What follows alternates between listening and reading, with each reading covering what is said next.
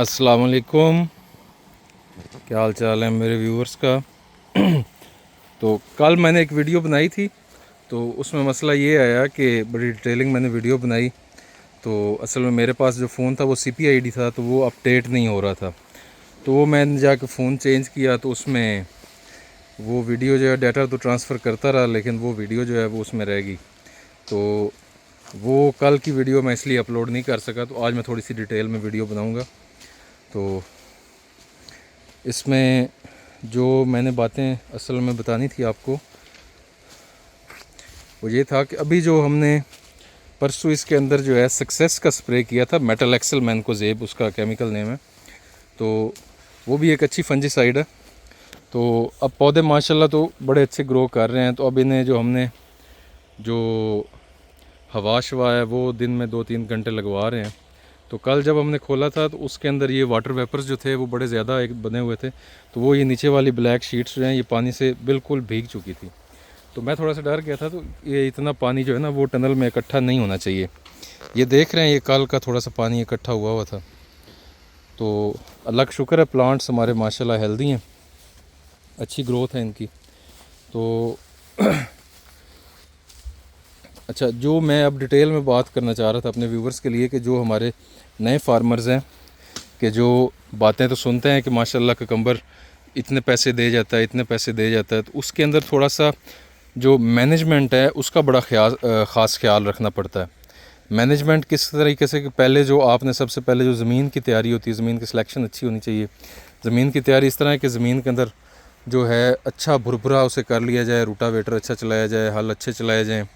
तो उसके अंदर ज़मीन की तैयारी के अंदर जो नाइट्रोफास की खादें हैं और सिंगल सुपर फास्फेट जो है नाइट्रोफास है, और चिलेटेड ह्यूमिक एसिड जो है, तो इन चीज़ों का इस्तेमाल करना चाहिए ताकि आपके पौधे पहले दिन से ही अच्छे ग्रो करें और उन्हें जो है हर तरह के न्यूट्रिशंस जो है वो रेडिली अवेलेबल हों। अब उसके बाद क्या होता है कि जब हमारे प्लांट्स जर्मिनेट करते हैं, सबसे पहले तो होता है कि सीड हमने किस तरीके से लगाना है।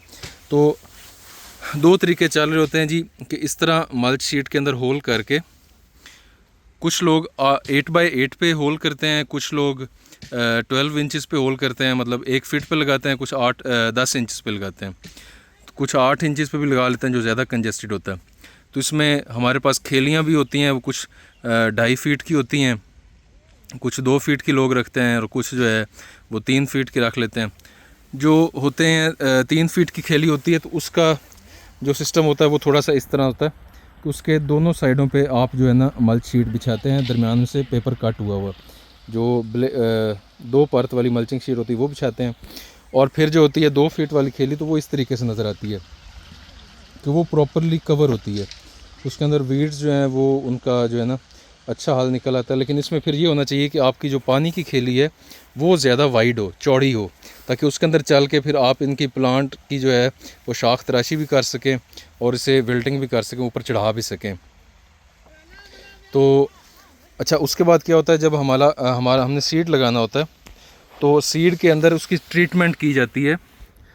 उसे या फंजीसाइड, तो अच्छे हाइब्रिड सीड्स को पहले फंजीसाइड वो लगा के भेजते हैं। उसके बाद क्या होता है कि हमने थोड़ी सी जो इसमें काम करना होता है वो ये होता है कि हम सीड के ऊपर जिंक फॉस्फाइड या जिंक फॉस्फाइड लगा दें। और उससे क्या होता है कि जो चूहा है जो रात को जब सीड लगाते हैं और सीड जर्मिनेट करने लगता है, तो उसकी खुशबू आती है खीरे की सीड की, तो वो उसके ऊपर आता है और वो सीड को खा जाता है, जिसकी वजह से प्लांट हमारा उगने से पहले ही वो ज़ाया हो जाता है। तो वो अच्छा खासा, क्योंकि सीड महंगा होता है, 10 से 12 रुपए का एक सीड पड़ता है, तो वो अगर वो 100-200 सीड खा जाए तो फिर वो अच्छा खासा नुकसान होता है। पर टनल के अंदर जिस तरह 1000 सीड लगते हैं, तो वो 100-200 पे इक्तफ़ा नहीं करता, वो अक्सर पूरे टनल और पूरे के पूरा एकड़ ही खा जाते हैं, क्योंकि वो झुंड के अंदर निकलते हैं रात को और वो सारा कुछ सफाया कर जाते हैं। फिर 3-4 दिन बाद जब फार्मर देखता है तो वो देखता है कि कोई सीड जर्मिनेट नहीं हुआ, जिसके अंदर आप देख सकते हैं कि ये हमारा भी इस तरह अटैक आया था। लेकिन फिर हमने बाद में जो है नागे लगाए इसके। ये देख रहे हैं इसमें प्लांट्स कम हैं। तो एक तो यहाँ पे कोई सीड का मसला था, सीड हमने थोड़ा सा सस्ता लिया था, उसके जर्मिनेशन प्रॉब्लम्स आए, और दूसरा जो है वो कुछ जो अटैक आए थे उसकी वजह से। तो ये एक साइड पे हमने नागे जो हैं वो प्रॉपर उसे लगाए, तो यहाँ पे हमारी एक साइड जो है वो माशाल्लाह प्लांट्स बड़े हेल्दी और बड़े अच्छे और एक हिसाब से यूनिफॉर्मली ग्रो कर रहे हैं। अच्छा, उसके बाद क्या आता है कि जब प्लांट आपका जर्मिनेट कर जाता है तो उसके अंदर जो सर्दियों के अंदर हम कल्टीवेट करते हैं तो उसके अंदर से जो हमारी जो प्रिकॉशंस होती हैं, जो एहतियाती तदाबीर होती हैं।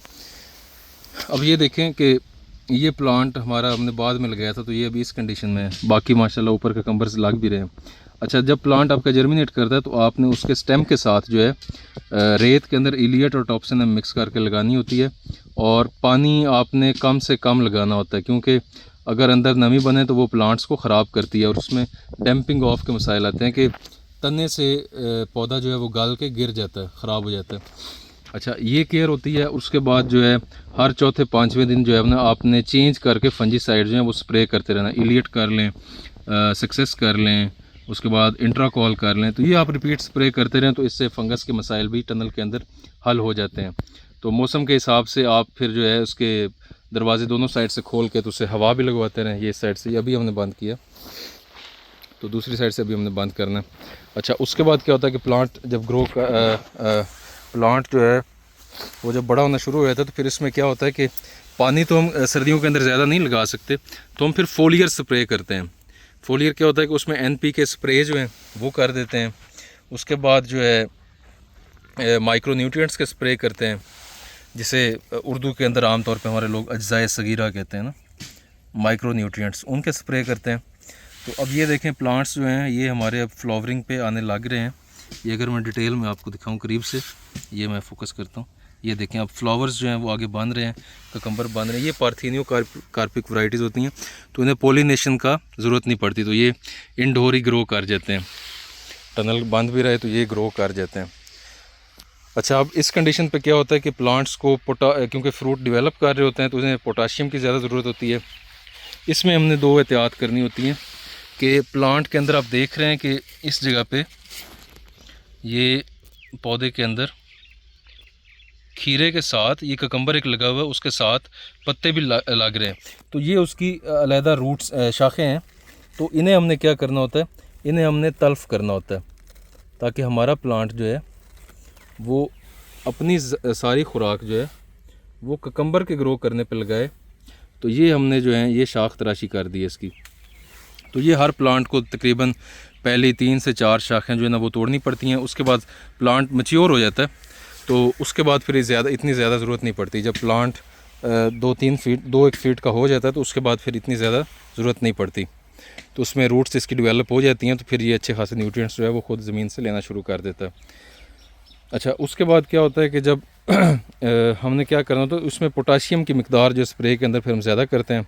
ईज़ा बयान लगा लें या कोई और जिस तरह हमारे मार्केट के अंदर आ रही हैं माइक्रो न्यूट्रिएंट्स के या उसके NPK के स्प्रे जो आते हैं, तो उनके साथ अगर पोटाशियम थोड़ी सी इंक्रीज़ करके लगा ली जाए या पोटाशियम के स्प्रे किए जाएँ तो उससे जो फ्रूटिंग है वो अच्छी डेवलप होती है, फ्रूट अच्छे शाइन वाले बनते हैं। तो और जो फ्रूट्स हैं वो फिर उनके अंदर वो मुड़े हुए नहीं होते, सीधे और स्ट्रेट और अच्छे फ्रूट्स होते हैं और फुली ग्रो कर जाते हैं और पौधे पर स्ट्रेस भी नहीं आता। आप इसे साथ साथ जो है अगर ये स्प्रे करते रहें तो अब गर्मियों के अंदर क्या होता, सर्दियों के अंदर क्या होता है कि अब ये देख रहे हैं कि ज़मीन गीली है। ये तकरीबन इसे 10 दिन हो गए हैं पानी लगाए हुए, लेकिन अभी भी इसे पानी नहीं लग सकता। तो इसीलिए हम जो है स्प्रे के ज़रिए से सारा कुछ कवर कर रहे हैं। अच्छा, दूसरी मज़े की बात यह है कि मैंने पहली वीडियो में आपको बताया था कि इस टनल के अंदर हमने पहले टमाटो की काश्त की थी। तो इस साल भी जब हमने ज़मीन तैयार की उसके बाद हमने ककम्बर के सीड लगाए, तो आपको पता है फिर अंदर सीड कुछ रह जाते हैं, टमाटो जो है वो अंदर गल सड़ के गिरते हैं तो उनके सीड फिर अंदर रह जाते हैं या कोई और वजह बनती है, तो उससे इस टनल के अंदर फिर टमाटो भी कुछ ग्रो कर गए। तो ये मैं आपको टमाटो के प्लांट्स भी दिखा रहा हूँ। ये देखें जी, ये कुछ टमाटो के प्लांट्स ऑटोमेटिकली खुद ही उग गए।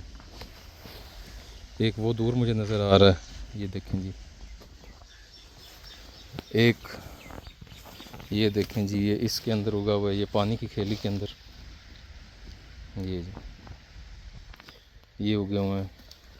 तो जैसे जैसे इसके अंदर उगते रहते हैं तो वो जो मैंने मुलाजिम यहाँ पे रखा हुआ है तो वो इन्हें यहाँ से उखेड़ के तो वो आगे शिफ्ट करता रहता है। तो ये टमाटर क्योंकि अच्छा इसका मतलब पौधा होता है तो ये आगे जो है ग्रो कर जाता है। तो ये मेरी आज की वीडियो है। इसके अंदर अगर मैं अब डेली बेस पे वीडियो बनाया करूँगा जो हमारे नए फार्मर्स हैं उनके लिए। तो जो इस किस्म के कोई मसाइल हों तो वो आप पूछ सकते हैं मुझसे कमेंट्स के अंदर, या कोई हमारी वीडियो को अगर आप सब्सक्राइब कर लें चैनल को, तो आपको गाय बगाए इनकी पूरी डिटेल के अंदर डेली बेसिस पे वीडियोस मिलती रहेंगी। अब आज आपने देख लिया कि हमारे वहाँ पे ककम्बर्स की क्या हालत थी। एक साइड पे माशाल्लाह वो फ्लावरिंग पे आ रहे हैं, और कुछ साइड पे अभी तक ये बड्स निकल रहे हैं। कई प्लांट ये देख रहे हैं अब जो बाद में कोई सीड लगाया था, तो ये प्लांट अभी छोटा है। तो ये आहिस्ता आहिस्ता 10-15 दिन तक ये सारे यूनिक हो जाएंगे, एक ही उसमें आ जाएंगे। कुछ को ये थोड़ा सा हम पहले हवा ज़्यादा लगवाते थे तो ठंड का जो छोटे प्लांट्स थे उनको थोड़ा सा ठंड का स्ट्रेस आया हुआ, तो ये माइक्रो न्यूट्रिएंट्स के स्प्रे से जो है ये स्ट्रेस से बाहर निकल आते हैं। जैसे जैसे मौसम सही हो रहा है हम जो है अपनी कर रहे हैं। अब उसके अंदर क्या होता है कि हमें पता नहीं चलता, टनल के अंदर जो है अक्सर औकात जो है कीड़े मकोड़ों का भी अटैक आ जाता है। ये देख रहे हैं यहाँ पे मैं देख रहा हूँ ये स्पाइडर है। अच्छा, उसके बाद क्या होता है कि ये जाले बनाएगा या कोई और इस पर अटैक्स आएंगे। पत्तों के बैक साइड से हमने देखना होता है जो हमारे पास तेले का अटैक आता है, सब्ज़ तेला, काला तेला। इन तेले के अटैक्स हमेशा जो है हम बैक साइड से लीव्स की बैक साइड से हमें पता चलता है, तो उनके स्प्रे गाय बगाए करते हैं। तो वो डिटेल में हम डिस्कस करेंगे जब कभी। पहले एक बार तेले का अटैक आया था जब हम इनके जो हैं दरवाजे सही खोल रहे थे और गर्मी का थोड़ा सा इतना ठंड नहीं थी, तो उसके अंदर फिर हमने ये हमारे पास स्प्रे होते हैं जी अभी, तो वो जो है वो मिक्स करके मोमेंटम के नाम से स्प्रे आता है, तो वो पानी के अंदर मिक्स करके तो वो अच्छा खासा इन पौधों को तर कर देते हैं, क्योंकि जितना पानी डालेंगे उसके साथ जो है वो तेला वो तल्फ हो जाता है। तो अभी देख रहे हैं पहले दिन से जब मैं वीडियो बना रहा हूँ उस दिन से अभी तक अच्छा खासा फ़र्क नज़र आ रहा है, प्लांट्स अच्छे ग्रो कर रहे हैं। अब आहिस्ता आहिस्ता जब डेली वीडियो मैं अपलोड करूँगा तो आपको डेली उसमें फ़र्क नज़र आएगा, प्लांट्स के अंदर भी और फ्रूट की डेवलपिंग के अंदर भी।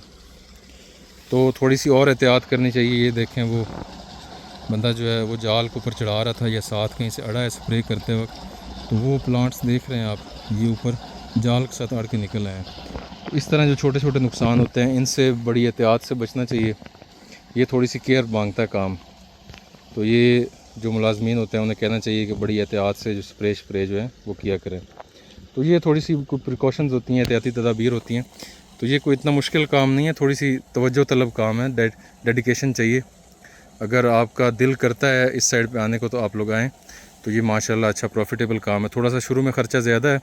मैंने ये हाई टनल बनाया हुआ है, तो लोग वॉकिंग टनल बना लेते हैं, उसमें बांस की छड़ी लगा लेते हैं। आप 2 टनल बना के बांस के तो उससे शुरू कर लें तो आपको सारा आइडिया हो जाएगा। उसमें सारी कॉस्ट एस्टीमेट मैं अगली वीडियो में बता दूंगा कि अगर मिनिमम 1 या 2 कनाल पे शुरू करें तो कितनी कॉस्ट आएगी। तो सारी डिटेल के अंदर अगली वीडियो के अंदर मैं आपको सारा कुछ डिटेल में बताऊँगा।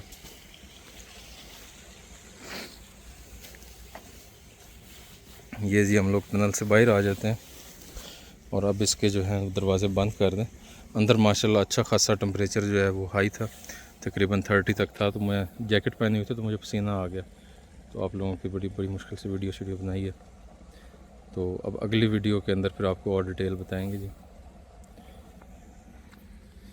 ये इस साइड पे आलूओं को हमने पानी लगाया हुआ।